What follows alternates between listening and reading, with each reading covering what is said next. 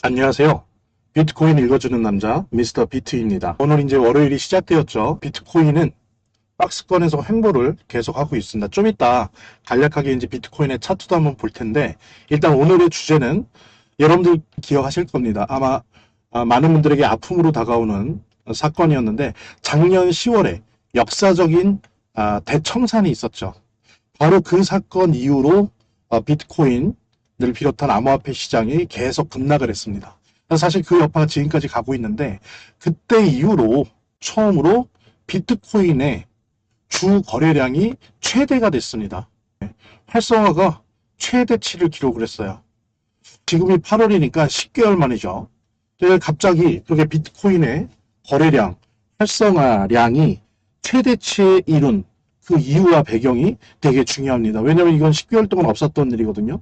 도대체 무슨 일이 있는 건지, 차트 너머에, 차트 아래에 어떤 일들이 벌어지고 있는 건지 오늘 같이 살펴보고 분석해보는 그런 아주 중요한 시간 갖도록 하겠습니다.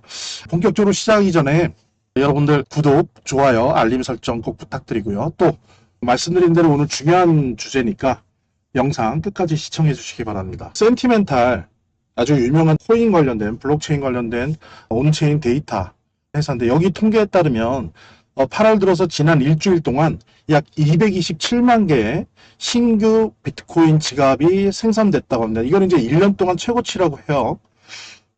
그리고 또 한편으로는 이게 이제 사실 제가 볼 땐 더 중요한데, 같은 기간 내에 활성화된 비트코인 지갑이 무려 75만 1000개를 기록을 했습니다. 이거는 제가 말씀드린 것처럼 작년 10월 역사적 대청산 및 폭락 이후에 최고치예요.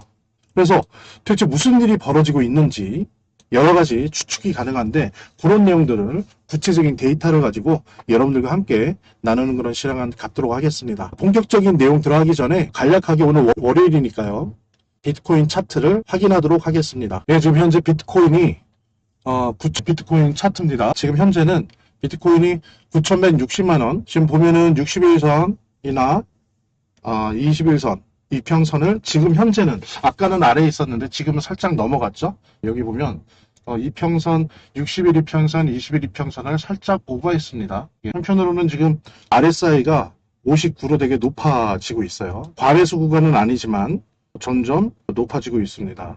그럼에도 불구하고 한계는 있어요.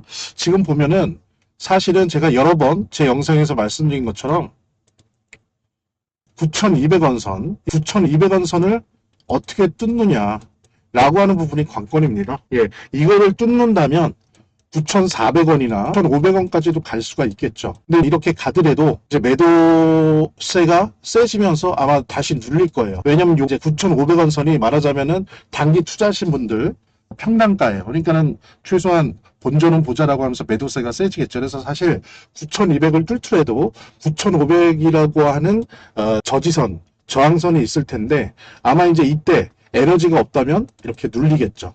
또 한편으로 보면 만약에 이제 9,200선을 통과하지 못한다면 여기가 이제 8,900선이죠. 8,900선까지도 떨어질 수 있다라고 하는 부분. 근데 중요한 건 어쨌든 지금 현재 8,900과 9,200 사이에서 계속 횡보를 하는 박스권 횡보가 나타나고 있습니다. 근데 이제 중요한 건 뭐냐면, 지금 현재 비트코인을 둘러싼 어떤 단기 자금의 유동성 현황들을 봤을 때, 이게 어떤 상승을 위한 숨고르기라기보다는 또 한 번의 하락을 위한 숨고르기라고 볼 확률이 점점 높아지고 있어요. 제가 이제 다른 영상에서 자세히, 오늘은 그게 주제는 아니지만 다른 영상에서 자세히 다뤘었는데, 한 9월 말이나 10월 초 이내에 한 번 더 꺾이는 결과가 나올 수 있다라고 하는 부분들 여러분들에게 전망해 드릴 수 있을 것 같고요. 물론 이제 단기적으로는 그런 것들이 있지만 한 번 더 떨어지게 할 가능성이 있는 이 원인들이 오히려 올해 4분기나 내년 1분기에 비트코인이 상승을 할 수 있는 근거가 된다는 거죠. 그런 부분 좀 같이 공유하면서, 뭐 이거는 제가 다른 영상에서 여러 가지 주제로 어느 정도 얘기를 했고 앞으로도 계속 얘기를 할 겁니다. 근데 이제 다가올 기간의 작은 변수는 12일이죠. 며칠 안 남았는데 12일에 CPI 발표가 있죠. 소비자 물가지수. 뭐 얼마 전에 고용, 비농업 고용에 대한 것 때문에 금리 인상의 어떤 에너지가 좀 꺾이긴 했는데, 이번에 또 CPI를 통해서 어떤 결과가 나올지 요 하나의 작은 변수가 될 수 있을 것 같아요. 이제 본격적으로 어떻게 작년 10월에 역사적 대청산 이후로 10개월 만에 비트코인의 거래량이 가장 최대화가 됐는지, 거래량이 가장 최고치가 됐는지 그 이유와 원인들을 분석하는 그런 시간 갖도록 하겠습니다. 여기 같이 통계를 보도록 하죠. 여기 보면은 이제 비트코인의 활동량, 네트워크 활동량, 그 다음에 성장성, 그 다음에 이제 어떤 신규 주소, 이런 부분에 대한 데이터인데요. 여기 보면은 신규 지갑 주소, 예, 여기 신규 지갑 주소가 227만 개가 지난주에 생겼어요. 이거는 이제 1년 내 최고인 거예요. 여기 나오죠. 227만 개가 새로 생긴 거예요. 지난주에. 이게 이제 최고치입니다. 1년 내에. 요게 이제 여러 가지 이유가 있는데 그 중에 다는 아니겠지만 어느 정도 비율인지는 알기는 힘든데 일단은 예측하기에 콜드카드 해킹 사건이 있었잖아요. 그러니까 사람들이 불안하니까 신규 지갑을 만드는 거죠. 그래서 신규 지갑을 이런 이유 때문에 구 지갑을 내버려 두지만 새로운 지갑을 만들어서 이렇게 이동시키는 그런 결과가 아니냐라고 예측을 할 수 있습니다. 그래서 이 부분도 뭐 어쨌든 네트워크의 활동량이 증가했다라고 하는 면에서는 유의미하지만 일단 요거보다 더 중요한 게 뭐예요? 예, 활성화 지갑의 수가 최대치가 됐다는 부분 이 다음 페이지에서 보도록 하겠습니다. 자, 여기서 보는 것처럼 진짜 중요한 거는 활성화된 지갑 수가 75만 개라는 거예요. 이게 이제 최대치입니다. 활성화된다라고 하는 건 뭐예요? 거래요, 거래. 그죠? 거래에 대한 겁니다. 예. 물론 이게 꼭 매수란 얘기는 아니에요. 매수란 얘기는 아니지만 어쨌든 거래된 거다. 예. 그래서 활성화 증가다, 여기 말씀드린 것처럼 활성화 증가라고 하는 거는 거래 증가예요. 대신 매수가 증가했다라고 보장하는 건 아니에요. 예. 근데 이제 보면 유의미한 통계인 게 이 통계가 나온 센티멘트의 과거 통계를 보면 활성화가 증가된 데에다가 고래라고 하죠, 우리가. 대형 보유자의 축적이 결합되면 수개월 후에 가격이 상승하더라라고 하는 패턴이, 통계 패턴이 있습니다. 그래서 이걸 가지고 우리가 한번 분석을 한번 해보자고요. 지금 뭐냐? 활성화가 증가했다. 지금 증가됐죠? 그 다음에 이 대형 보유자의 축적, 고래 보유량이 증가했는가? 모르죠, 아직. 이걸로는 알 수가 없어요. 그 다음에 거래소의 보유량이 감소했는가? 감소해야죠. 그죠? 거래소의 보유량이 감소해야 됩니다. 예, 그래야 매도 압력이 적어지는 거죠. 그 다음에 ETF의 순유입이 있는가, 비트코인에? 예, 있죠. 그러니까 뭐예요? 그러면 수개월의 가격 상승할 수 있느냐?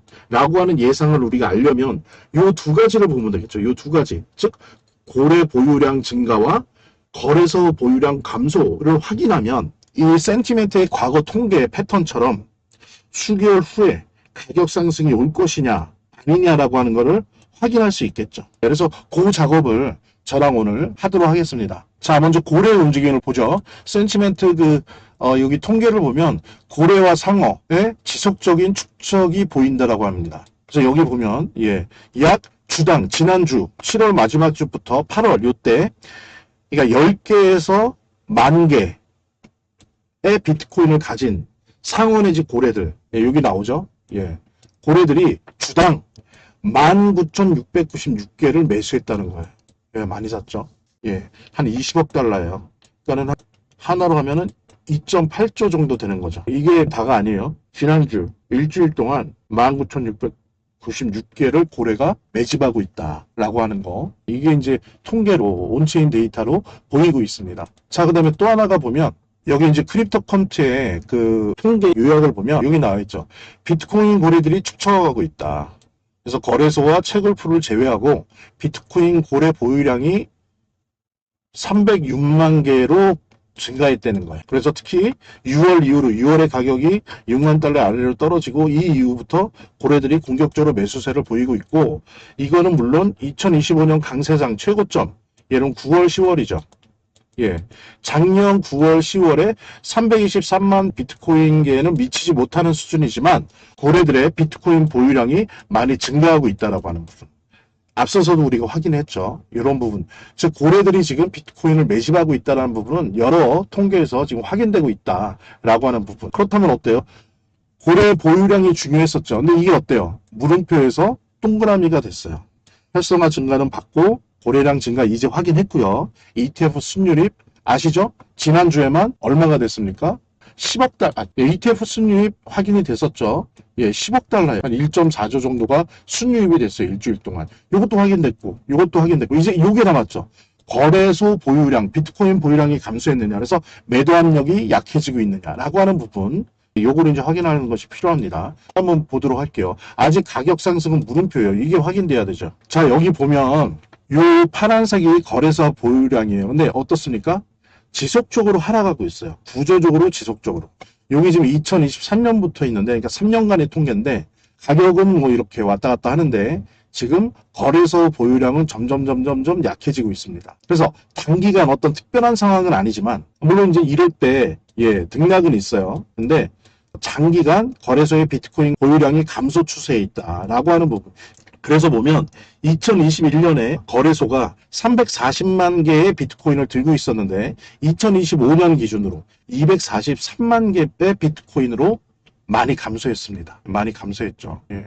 그래서 지금은 4월, 5월 이후로 조금 올라가서 지금 한 270만 개 정도 비트코인 구조적인 매도세가 저하되고 있다라고 하는 거는 우리가 이제 확인할 수 있습니다. 하지만 이것만으로는 충분하지가 않아요. 중요한 건 단기적인 게 필요하거든요. 실제로 진짜 단기적으로 어떠한 이유 때문에 거래소에서 비트코인 보유량이 주느냐라는 걸 봐야지 우리가 가격 상승의 가능성을 이렇게 재볼 수가 있는 건데요. 자, 여기 보면은 요게 이제 7월이고 요 7월 말이죠, 여기가. 그다음에 이제 8월이 됐어요. 근데 여기 보면 7월 말까지 줄다가 7월 아주 말 뭐 30일, 29일, 30일 때부터 시작해서 8월에 들어갔고 보유고가 한 2만 개가 증가했어요. 그러니까 이 거래소가 갖고 있던 게 270만 개였는데 이게 한 272만 개로 늘어났습니다. 그러니까 이거는 이제 예측을 해보면 하나는 홀드카드 영향이 아니냐. 예, 이제 그렇게 얘기를 하고 있어요. 예. 근데 100%는 아니지만, 왜냐면 이제 지갑에서 거래소로 옮겨간 주소를 확인해 보니까 이제 그렇다는 거죠. 그런데 이제 이게 그렇게 예측을 하는 겁니다. 100%는 아니에요. 100%는 아니지만 아마도 이래지 않았을까라고 얘기하고 있는 건데, 근데 이제 더 중요한 게 이런 거 아니더라도, 의심되는 거 아니더라도 8월에 거래소 유출량이 있고 유입량이 항상 있잖아요. 근데 되게 오래간만에 2,900개가 증가했다는 거예요. 유입량이 유출량보다. 특히 이 증가한 거를 이렇게 열어보니까 3년, 5년간 활성화 없던 지갑, 그러니까 3년, 5년간 거래가 없었던 지갑이 595%나 증가를 했고요. 이 안에서. 그 다음에 5에서 7년 동안, 이건 더 길죠. 5에서 7년 동안 활성화되지 않았던, 거래가 없던 지갑에서 거래소로 유입된 게 1000%나 증가를 했어요. 그러니까 사실 뭐 많은 양이 유출되고 유입되고 하지 않습니까? 그런데 특히 8월만 봤을 때 지금 며칠 안 됐잖아요. 지금 한 열흘밖에 안 됐거든요. 열흘밖에 안 됐는데 열흘밖에 안 된 상황에서 약 한 2,900개, 3,000개가 증가했는데 대다수가 짧게는 3년, 길게는 7년 동안 거래가 없던, 활성화가 없던 지갑에서 나왔더라 이거예요. 부분이 사실은 좀 눈여겨봐야 될 변수예요. 이게 지금 시장에 영향을 미치고 있는가 없는가 이 부분이 하나의 큰 변수고 우리가 주목해야 될 내용입니다. 자, 크레스트 한번 보세요. 활성화 증가 확인했죠? 고래 보유량이 증가하고 있다는 거 확인했죠? ETF 순유입 10억 달러, 주간 10억 달러인 거 확인했죠? 하지만 거래소 보유량이 감소했다? 장기적으로는 감소했으나 단기적으로 보면 그렇지 않았다. 즉 아니다. 그렇다면 어떠냐? 가격 상승 되기는 힘들다라고 하는 걸 알 수 있습니다. 그랬을 때 지금은 자금 이동과 손바꿈이 진행되는 거 아니냐라는 거죠. 그래서 이렇게 박스권에서 횡보를 하는 게 아니냐라고 하는 부분도 생각해 볼 수 있고요. 또 하나 또 중요한 게, 자, 보십시오. 물론 홀드카드의 영향도 있다고 하지만 어쨌든 8월 들어서 10일 만에 갑자기 요런, 예, 오랫동안 활성화 없었던, 거래가 없었던 지갑들이 거래소로 유입된 거, 이것도 포함해서, 그거 한 3,000개 포함해서 8월에 거래소에 신규 유입된 게 2만 개예요. 이거는 어쨌든 간에 이거는 다 매도될 것이다라고 하는 건 아니지만 하나의 매도 압력이거든요. 이런 매도 압력이 존재하는 겁니다. 지금 거래소에 대기하고 있는 거예요. 신규로. 지금 10일밖에 안 됐는데. 근데 한편으로는 어때요? 우리가 고래 보유량 증가를 통해서 확인한 게 고래들 같은 경우에 약 2만 개를 매수했어요. 우연찮게 일치하죠. 거의 일치해요. 신규 유입된 게 2만 개인데 거래소에 고래들은 거의 19,000개, 2만 개 가까운 비트코인을 매수를 했어요. 상반된 압력이 시장에서 벌어지고 있다라고 하는 거. 바로 이러한 부분들 때문에 아까 제가 말씀드린 자금의 문제도 있습니다. 재무부가 단기 채권 발행하는 거, 연준은 거꾸로 시중에 있는 단기 채권을 사들이는 거, 이런 것 때문에 단기 자금의 공급과 수요가 서로 막 부딪히고 있는 것도 그렇지만 특히 작년 12월부터 아주 심하게 부딪히고 있죠. 근데 이런 내용들도 상반된 것들이 부딪히면서 지금 현재 나타나고 있는 박스권 횡보의 또 하나의 원인이 아니냐라고 하는 부분을 우리가 근거 있게 예상해 볼 수 있고, 이런 박스권 횡보가 금방 끝나진 않을 것 같다라고 하는 걸 우리가 이런 온체인 데이터를 통해서 알 수가 있는 겁니다. 이게 사실은 이 실제 내용은 이런 거예요. 실제 내용은 이거고 이것이 차트에 반영이 되는 거겠죠.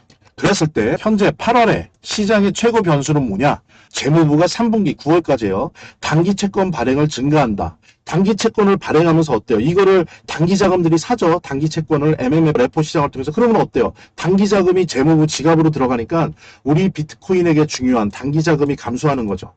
이게 실제로 지금 벌어지고 있어요. 근데 한편으로는 어떻습니까? 연준이 요 재무부가 시중에 뿌려놓은 단기 채권을 매입하고 있단 말이에요. 왜냐면은 이걸 안 하면 시중 단기 자금이 완전히 씨가 말라서 비트코인이 문제가 아니라 은행 몇 개가 문을 닫아요. 사실은 은행 몇 개가 문을 닫을까봐 작년 12월부터 이걸 연준이 한 거거든요. 근데 재무부를 왜 이렇게 단기채를 발행하느냐? 미국의 채무 때문에 어쩔 수가 없어요. 계속 돌려막기 하고 있는 거예요. 발행할 수밖에 없어요. 이거를. 또 이자가 싸고, 그렇다고 장기 채권을 많이 발행할 수는 없거든요. 왜냐면 그건 이자가 비싸기 때문에 정부가 감당을 못합니다. 그러니까 지금 단기채 발행하면서 카드 돌려막기를 하고 있다 보니까 대신 이 부작용이 뭐예요? 시중에 단기 자금이 감소하니까 은행들이 붕괴할 지경에 이른단 말이에요. 왜냐면 지급증비금이 없어요.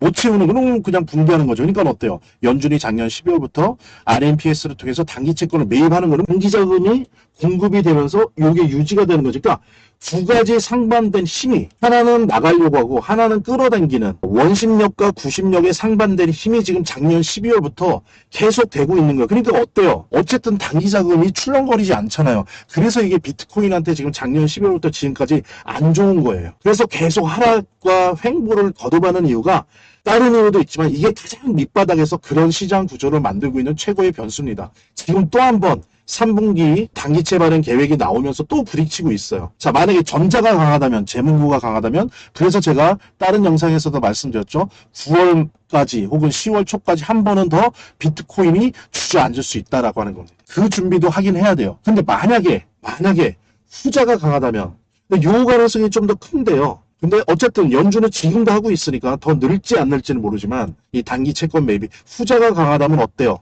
이렇게 떨어지진 않고 최소한 지금 3분기 때는 뭐 오르진 못하겠지만 최소한 박스권 행보가 지속된다. 근데 이게 어때요? 이 돈이 RMPC에서 쌓인 게 지금은 이게 한 4,500달러 정도 되거든요.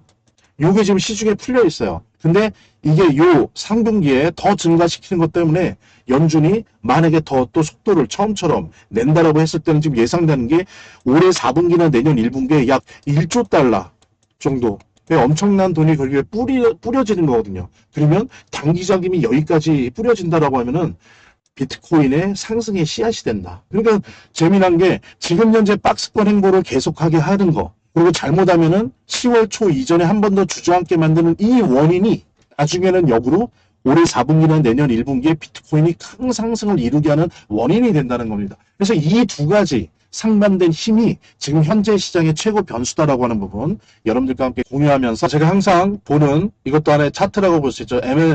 MV, RV, 비트코인의 유동성에 대한 겁니다. 예, 그러니까 비트코인의 시장 총 가격을 비트코인의 조달 비용, 생산 비용, 예, 공급 비용, 실제 가치로 나눈 거니까 생산 단가로 시장 가격을 나눈 겁니다.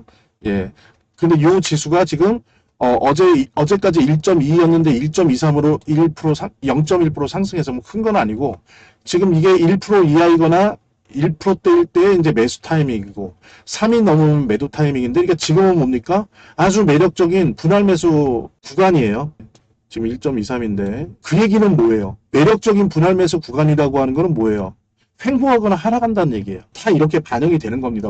그 다음에 또 하나, 아까 제가 말씀드렸던 단기 자금이 중요하잖아요. 단기 자금 금리가 소파 금리예요. 예, 소파 금리가 지금 3.65예요. 3.65. 그러니까 0이나 2% 정도 돼야 급등을 하죠. 그때 이제 엄청나게 비트코인이 상승을 했었죠. 그 다음에 또 할 때는 급락할 때, 이렇게 급락할 때. 요게 이제 2024년 12월이에요. 그때 미니 불장이 있었죠. 그 다음에 요게 작년 2025년 여름과 가을 경입니다.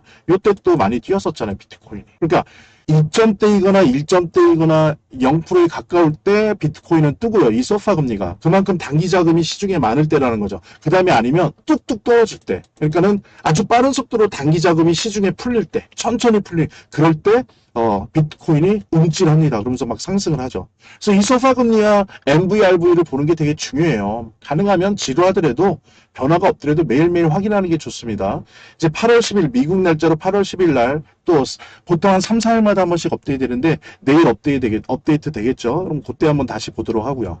그러니까 어쨌든 두 개 MVRV와 소파 금리를 보더라도 지금은 당연히 횡보, 박스권 횡보장이다. 혹은 한 번 더 내려앉을 가능성도 있다라고 하는 부분을 우리가 알 수가 있습니다. 자, 요약을 해볼게요.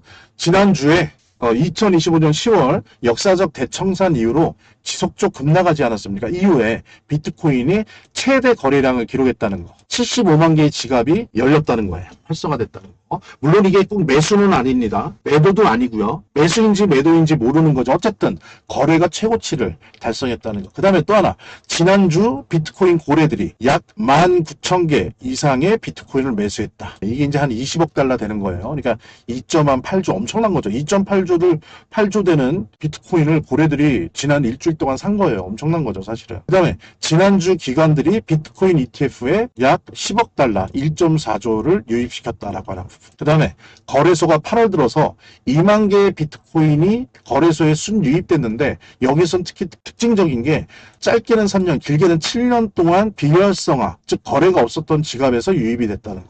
그 다음에 콜드카드의 영향도 있긴 한데 그게 다가 아닐 경우에 나머지 부분은 뭘 거냐. 이게 이제 매도 압력으로 작용하느냐 마느냐, 어느 정도 영향을 미칠 것이냐의 문제가 있겠죠. 그리고 지금 본 것처럼 MVRV가 1.23이고 소파 금리가 3.65%라고 한다면 아주 매력적인 분할 매수 구간이다라고 하는 거. 이 얘기는 거꾸로 차트상으로는 박스권 행보가 너무나 당연하다라고 하는 부분을 우리가 알 수가 있었습니다.